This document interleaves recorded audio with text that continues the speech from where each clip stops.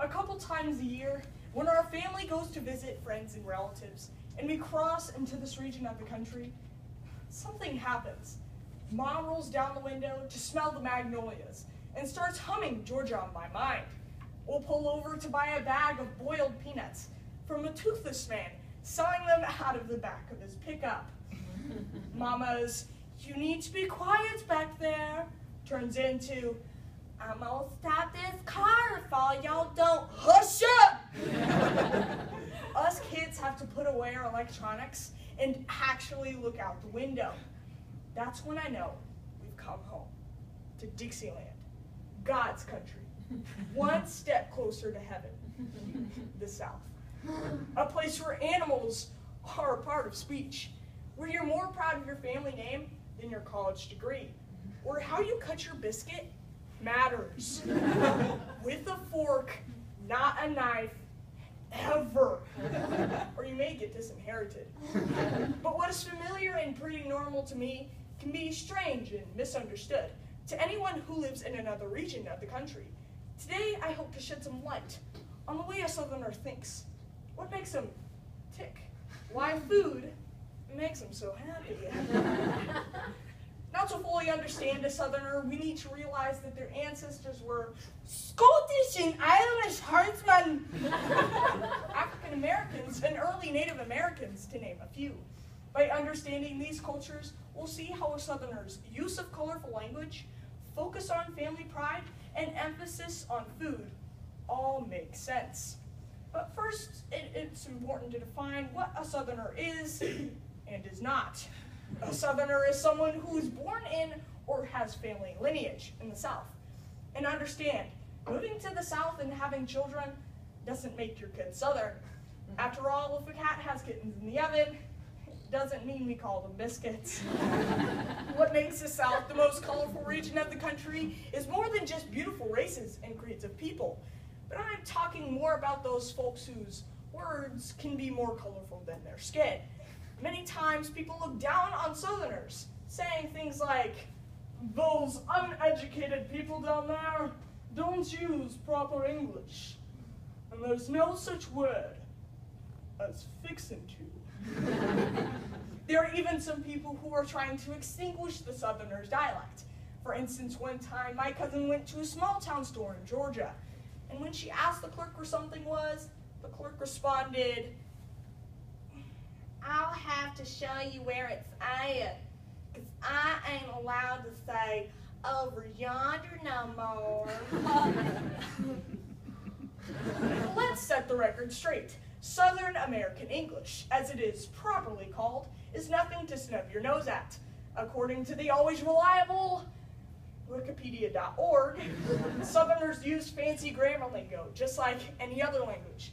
What other dialect can brag that it uses monophthongization and a neutralization of wax and tense vowels? So saying, "We were supposed to went to Minnesota, but my pickup done died," is a simple switching of a present perfect infinitive to a simple past infinitive, and creatively using an auxiliary verb. The word y'all is a highly sophisticated pronoun. So sophisticated, it is often confused with all y'all.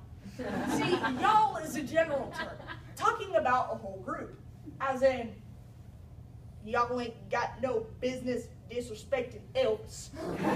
Whereas all y'all is used to address each and every member of the group, as in, all y'all better be at Aunt Beth's funeral, or I'll wring your neck. Because of this region's practice in raising livestock and living off the land, many times unsavory animal similes are often combined with flattery, as in, "She was as happy as a tick on a fat dog." Or for swine lovers, "Happy as a dead pig in the sunshine." Don't be surprised, especially if you're good looking, if someone thinks, "You as fine as a frog hair split up the middle and tied up both ends." And insults can be woven into an absurd hyperbole, as in,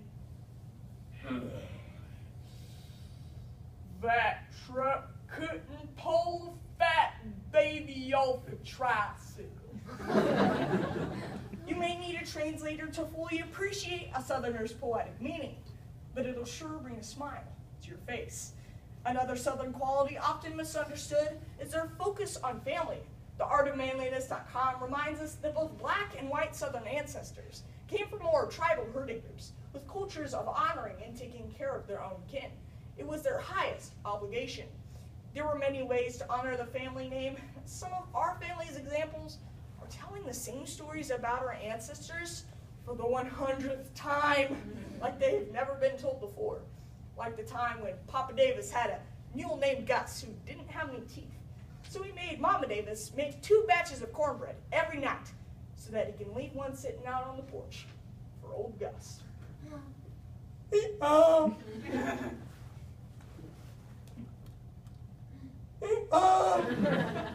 Another Southern quality is knowing about the old ways of canning vegetables and killing hogs. Not that we would run down to the smokehouse, string up Wilbur if we needed some bacon, but we knew we belonged to a tribe who could do the job if we needed to.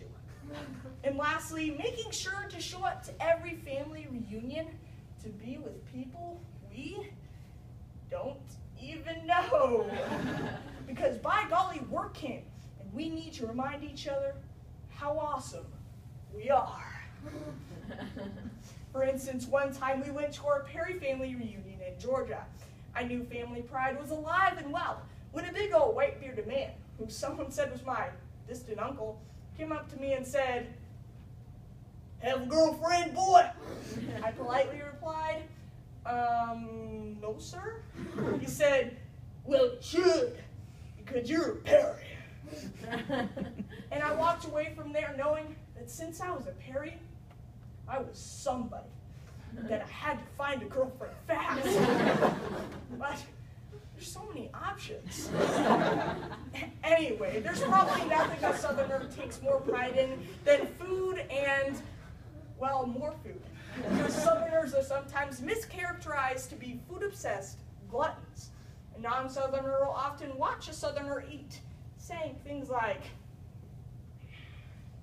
"Did you see how many biscuits they just shoved in their mouth?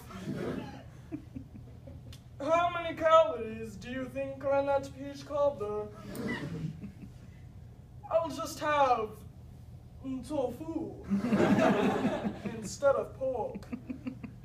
Pigs are such foul creatures." Well, before you shake your olive oil and balsamic vinegar at Uncle Bubba and his best friend Notice, we need to realize that hunger was very real in this house history. According to SouthernFoodways.org, in the aftermath of the Civil War and in the depths of the Great Depression, Southerners had known hunger, even starvation, and that knowledge had taught them that having food was a blessing, a pleasure, a cause for celebration. The tradition of hospitality, of serving large quantities and sharing good things to eat to large numbers of hungry people, outlived war, depression, and hunger. So talking about food morning, noon, and night is not shameful in the South. When we go to Mimi's house, the topic of conversation at one meal is the menu of the next meal. It is standard routine for a family to be sitting around the table after breakfast with our bellies bulging, plates scraped clean, while Mimi and Mom are discussing what's for lunch and dinner and the plan to prepare it.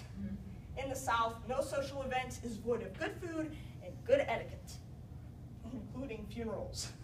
In a book by Gaeta Metcalf and Charlotte Hayes, Being Dead is No Excuse, the official Southern Ladies Guide of Hosting the Perfect Funeral, we'll find that there are rules and etiquette for kicking the bucket tastefully, because being dead does not stop you from being part of the community, so you still have responsibilities, even if someone else has to carry them out for you. Being Southern ain't easy. People think you talk funny, marry your cousins, worship food. Sometimes that does happen. I prefer to think of a Southerner as grammatically sophisticated, family-oriented, and appreciative of swine cuisine. I hope after today you will understand a little bit more about those people we fondly call Southerners. On the drive back home, when we leave this region of the country, something happens. Mom rolls up the window, we eat the last bit of the boiled peanuts, we put in a movie as we drive past the waving cornfields, but I look at my mom's face, and I can see that Georgia is still on her mind. Thank you.